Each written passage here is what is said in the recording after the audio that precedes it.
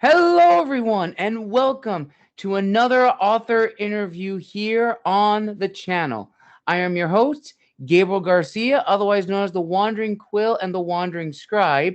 And today we have our next guest for our September lineup.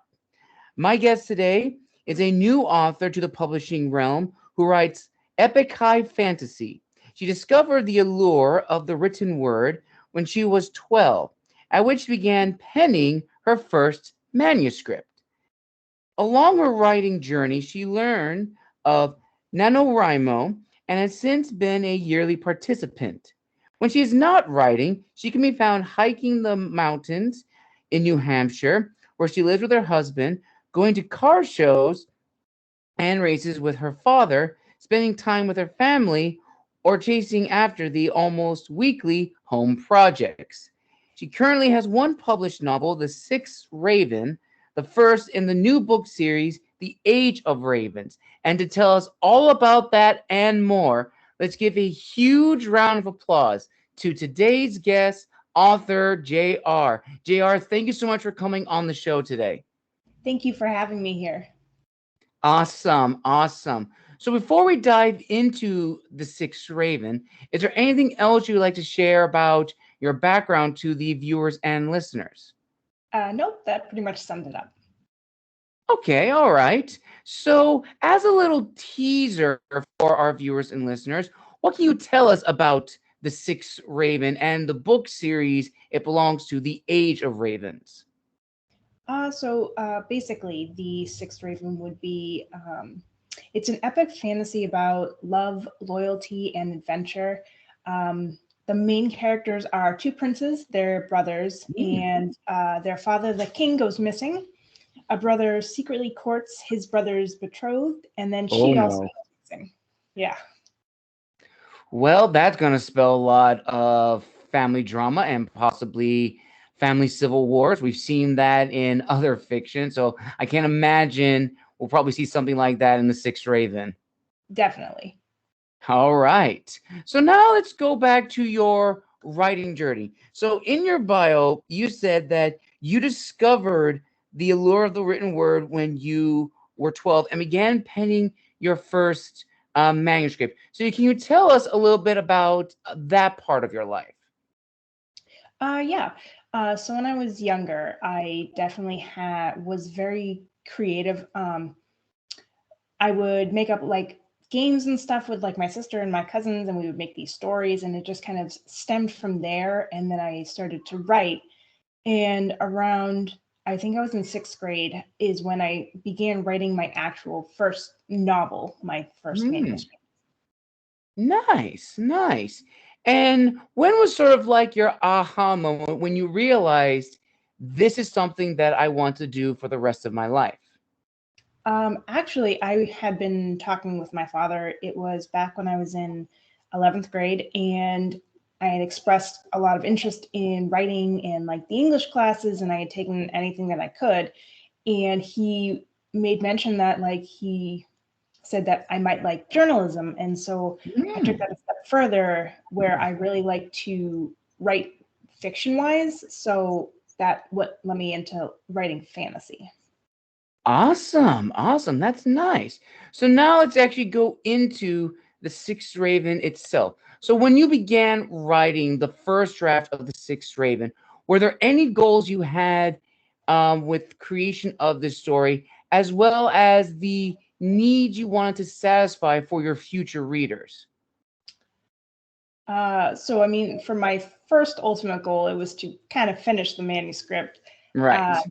but then it became I wanted to create a well-versed story where it had a lot of strong characters, but they also had their flaws, kind of like real people. And so that's Right. pretty much what I aimed for.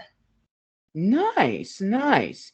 And from that point and going through the editing process, fine tuning it, did you have any beta readers or ARC readers for the Six Raven? I did have two people read it over. They had a few different comments and then a few similar comments. So I just kind of took that and ran with it. Okay. And Generally speaking, I imagine you shared this story with friends and family, of course. What was their initial reaction? Was it positive, negative, or mixed? When they first began writing it, I definitely had a lot to work on. I had some very flat characters. So that's when I Mm. kind of went back to the drawing board and made them a little bit more three-dimensional. Ah, okay. All right. And from their comment and feedback, would you say in a way it validated your goals for the Creation Six Raven in the sense you want to tell a great story? Yes, I would say. Nice. And now we arrive at the first reflective question. So I'm going to provide a little context for this one, JR. As I'm sure you can agree, writing a book is not easy. I've talked with many authors who agreed on this comment, and they all say the same thing. It is not easy. It's hours and hours, if not years, just writing the first draft alone and then stepping away from it and then returning to it and then looking at it with a fresh perspective, and then finding an editor, finding a cover artist, and formatting the book in the way that you want, adding any special details. It's not easy, and it's very, very costly, especially if you are an indie author. And then once you have everything together, you have the book exactly the way you wanted, you present it out on a digital stage, and there is that sense of anxiety because it is your baby. This is something that you are very passionate about, that you have put time and effort and money into, and that anxiety just builds up. And then that voice of imposter syndrome comes into play saying, no one's going to read this. Oh, you're just trying to be like so and so. This is going to fall flat. No one's going to remember it. So I turn to you, JR. If you've ever had those moments of like anxiety or imposter syndrome, and if not, what disciplined you to finish the Sixth Raven and realize this is a story and a series that I want to continue? So I definitely felt pretty much all of that. It Some of it happened while I was writing it. Sometimes some of it happened after I published it. So while I was writing it, I did have those thoughts of like, is anyone gonna like this story? And then obviously that's when you start thinking about like, well, there's Brandon Sanderson and J.R.R. Martin and Tolkien, and you're like, Yes. well, those are huge names, and they created these giant worlds and everything. And Yes. you start to compare yourself, but you have to kind of not do that. So Yes.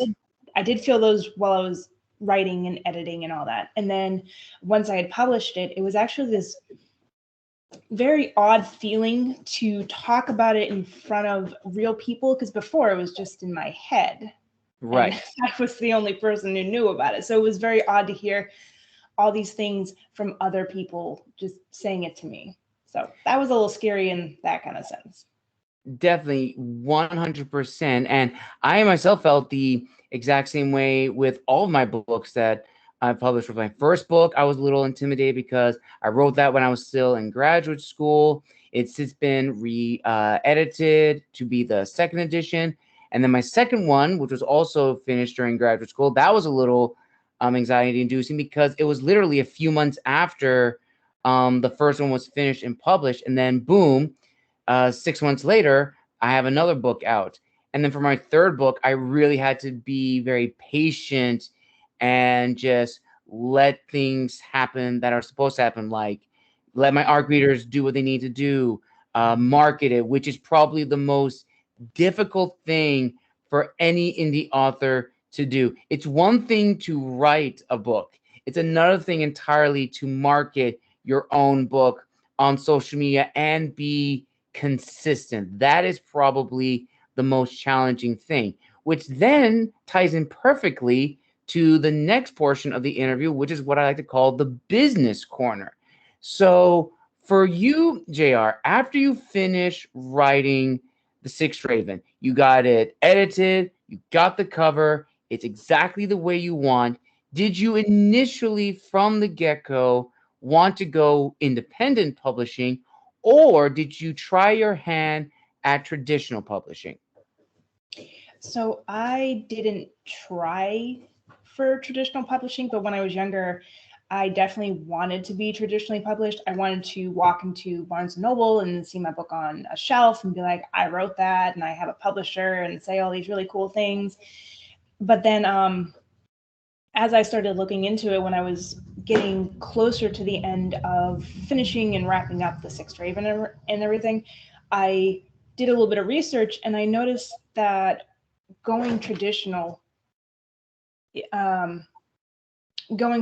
that you don't really have a lot of say in things when it comes to the book, like how it looks and how it's formatted. And since I was kind of doing everything except for the editing itself, I definitely wanted my book to look the way that I wanted it to. So I decided to go down the self-publishing route. Definitely. And I also think there is that fear of, like, the gatekeepers of traditional publishing, of letting certain books in. And I also think one of my previous guests actually brought this up, is that going for traditional publishing, you want to make sure that your book is marketed and presented the way you imagine it. I'll give an example. A previous guest of mine, Raven Velasco, she wrote a vampire story and initially went traditional.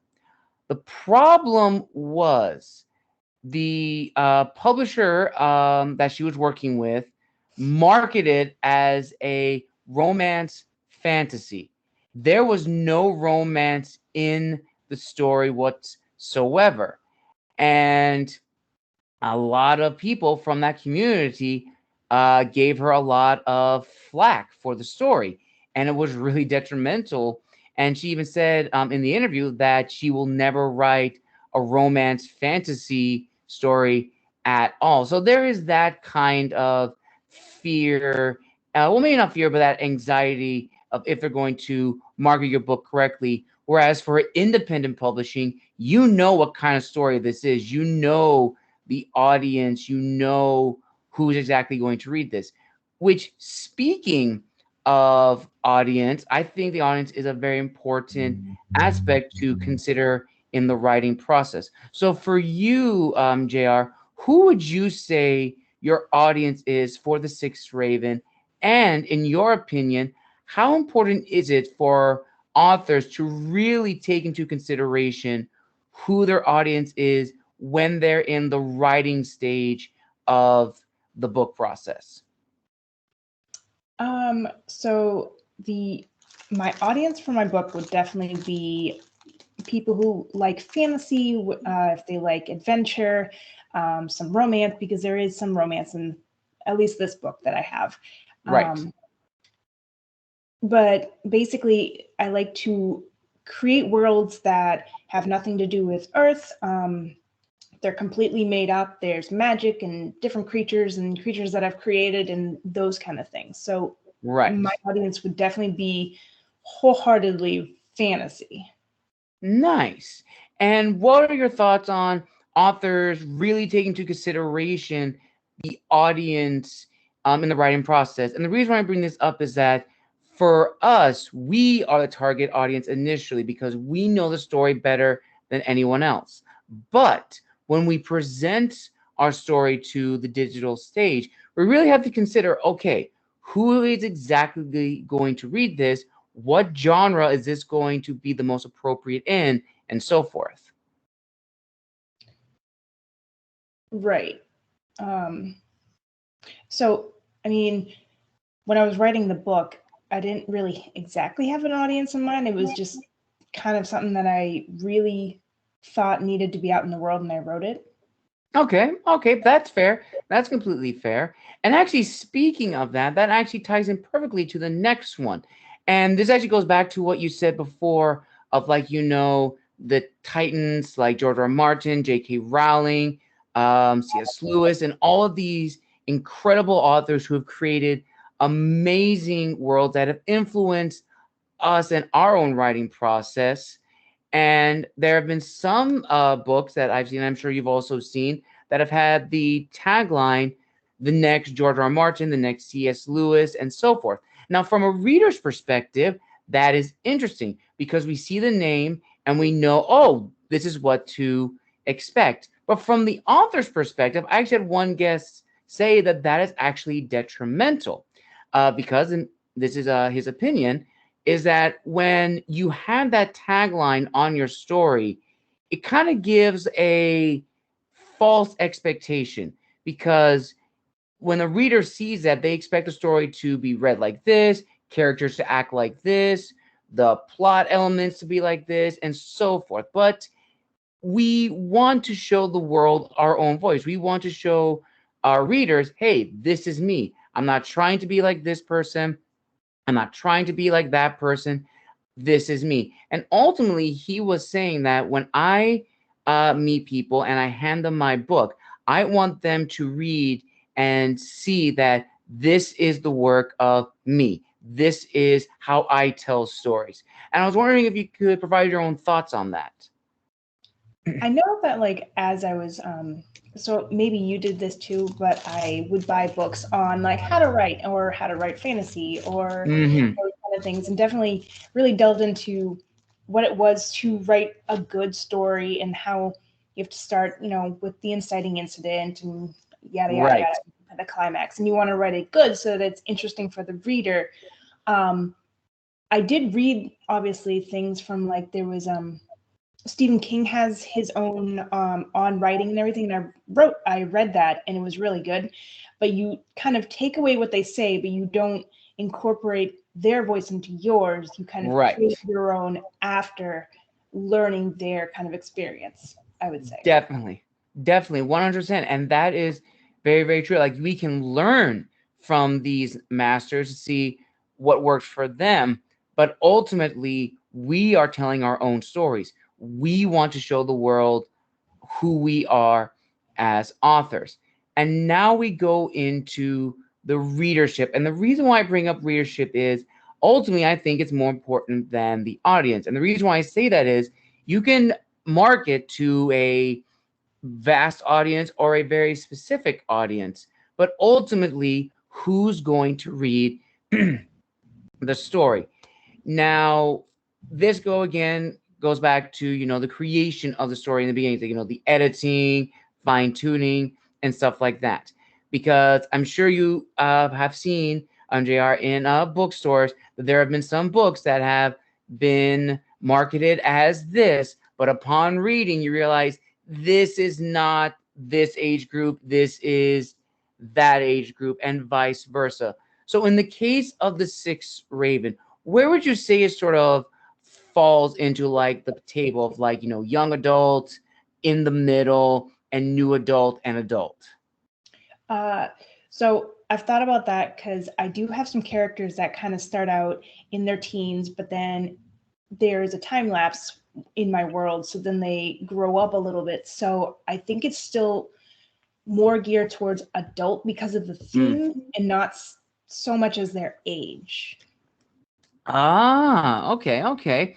That makes sense. That makes sense. Nice.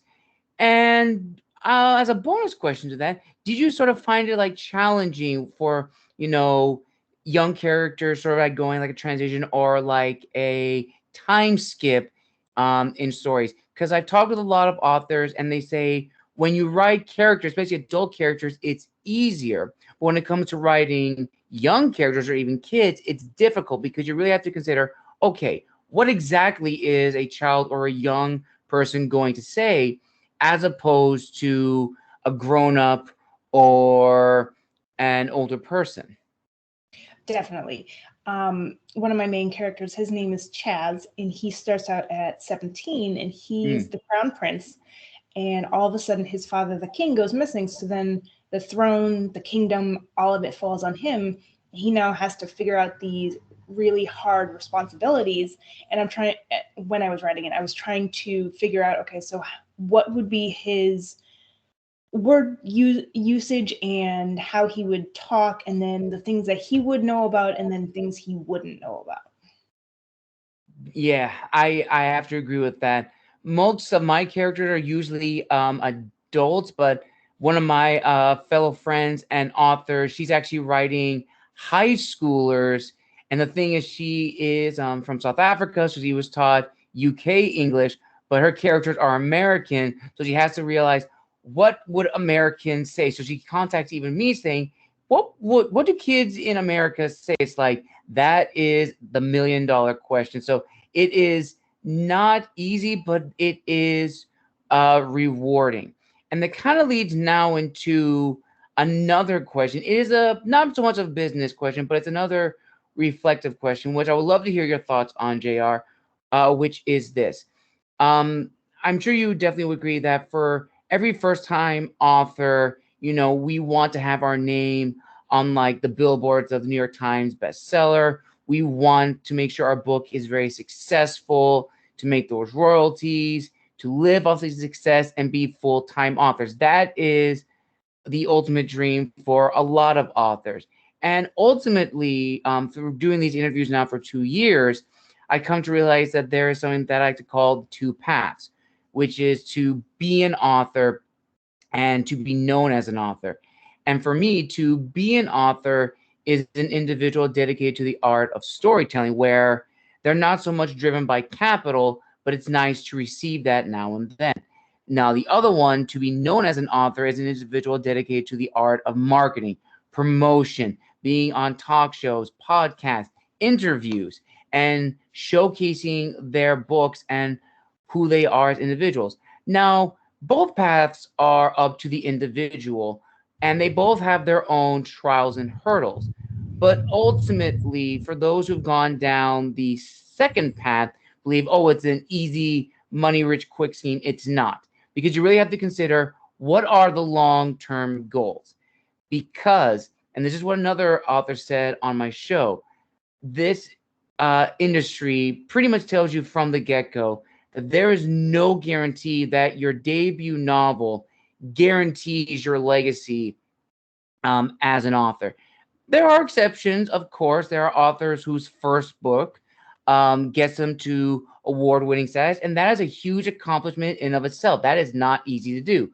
But generally speaking, you have authors who rise, fall, rise again, and rinse and repeat. And ultimately, unfortunately, you would have these authors who put so much effort into writing just to make money that they lose their passion, and it's no longer fun to write. So I would like to hear your thoughts on this, JR. Like, what is your opinion on this pretty much statement that in the publishing world, there is no guarantee that your debut novel guarantees your legacy as an author, but it should not deter you from creating stories if that is truly something you're passionate about? I definitely agree with that. With publishing my novel just a couple months ago, so it is kind of slow going. So I want to keep Right. going, obviously, first to finish the series, and then two, to continue because I like to write. So I'm not Right. writing really for anyone in particular, just because I really love to write. And then I want to just share my books with the world. Definitely, 100%. And also to add to that, another guest on my show had this comment to say, which is grit transforms into talent. And that means for those who are watching this for the first time, perseverance as an author is key, because we only get better with every story we write. And going back to what we said in the beginning about your debut novel not being the start of your legacy, that is completely fine. I mean, all the authors that we've talked about, and ones we haven't mentioned, their first books didn't guarantee the start of their legacy. It was a stepping stone to get their foot in the door, yes, but ultimately they had to work. They had to show this who they are as individuals. And it was probably their seventh book, their 10th book, or their 20th book. I actually had a guest on the show who told me that their seventh book, shout out to Natalie Wright, author of Season Dragon, that their book was their seventh story.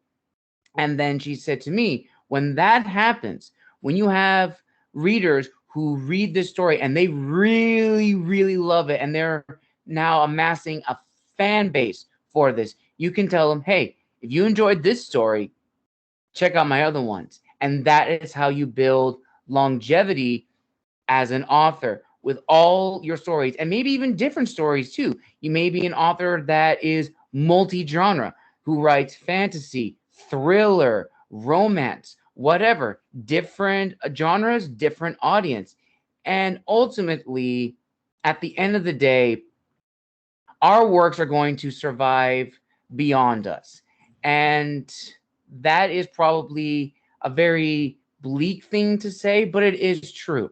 I mean, we have works of C.S. Lewis, J.R. Tolkien, um, the author of The Grapes of Wrath, and so forth. These stories are monumental to our culture, to our history, and yet these individuals feel like they're here with us every day. They're not truly gone.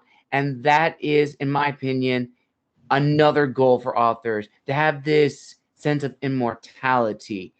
And I was wondering if you can add to that, JR.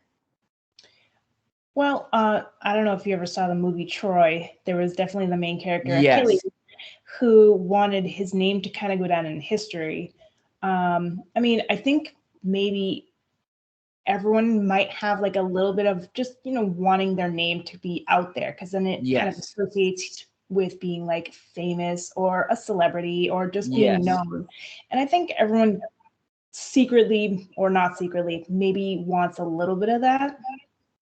Definitely, 100%. And again, as you said before, there is nothing wrong with that. And that makes me new people and new readers, incredible and very, very vital, which leads perfectly into the next one, which is networking. Networking is huge, especially for us indie authors. And especially on Instagram, I've met so many talented authors, voiceover artists, book coaches, and so forth. And if you've seen my videos, you know that a majority of my guests for the last few months have been on Bookstagram. So for you, JR, when you began this journey, sort of after publishing The Sixth Raven, did you sort of like get in contact with other indie authors to sort of like figure out, saying like, hey, what did you do for marketing your book? Or how do you go about writing a sequel? Did you have any networking experiences? And if so, would you like to give a shout out to a few authors? So I don't know any in particular right now. I'm just kind of playing around with Instagram. I'm also on Threads, and I've just started to try and widen my community of like authors and readers and writers. So like I haven't really spoken specifically to any of them. I'll either make a post or I'll comment on a post, and I'm just kind of starting slow, kind of like the romance genre where it's a slow burn. You kind of ease your way in there. Yes, of course. All right, nice.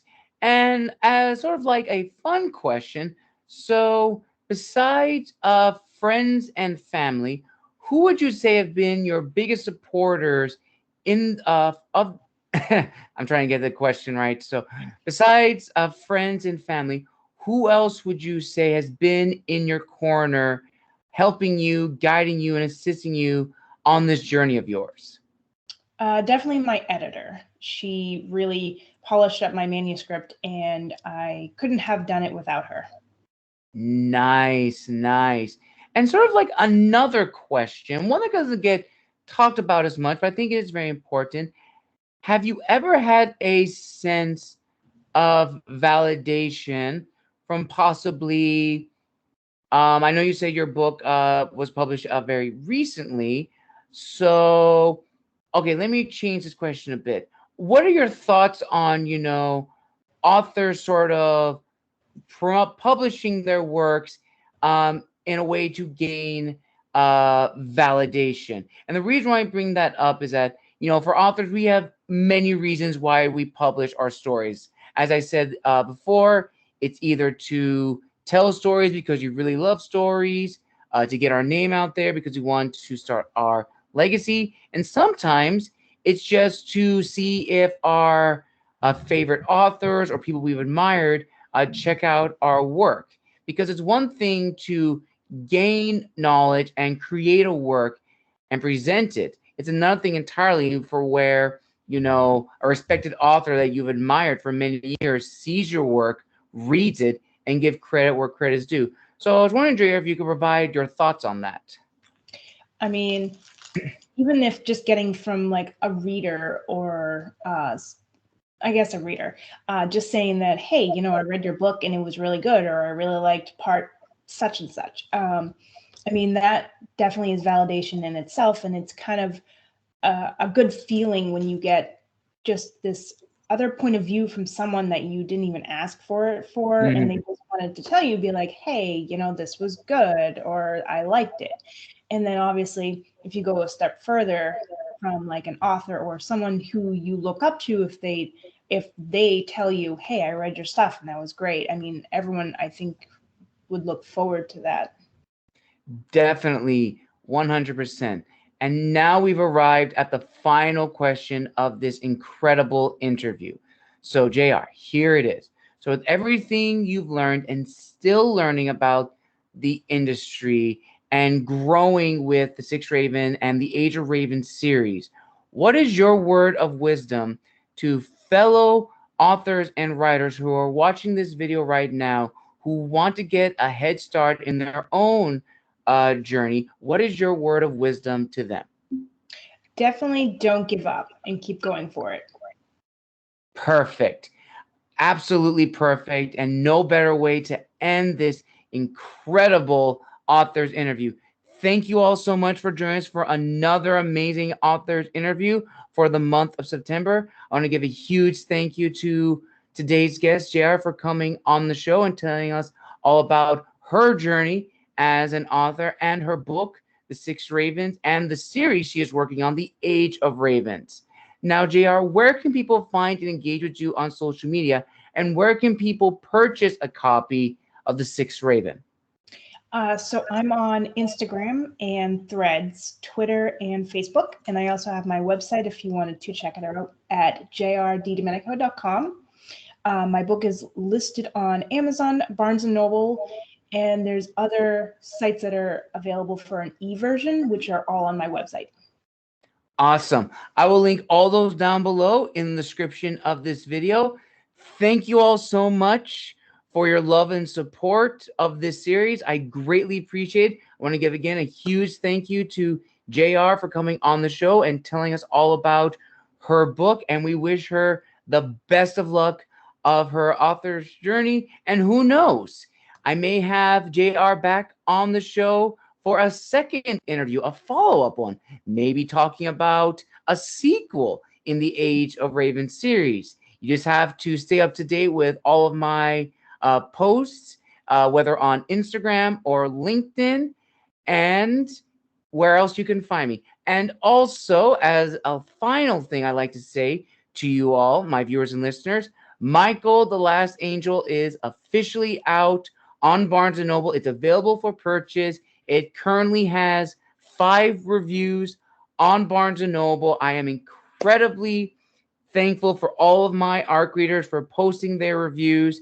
And if you want to purchase a copy, you can. It's available in paperback and ebook, and I'll provide that link down below.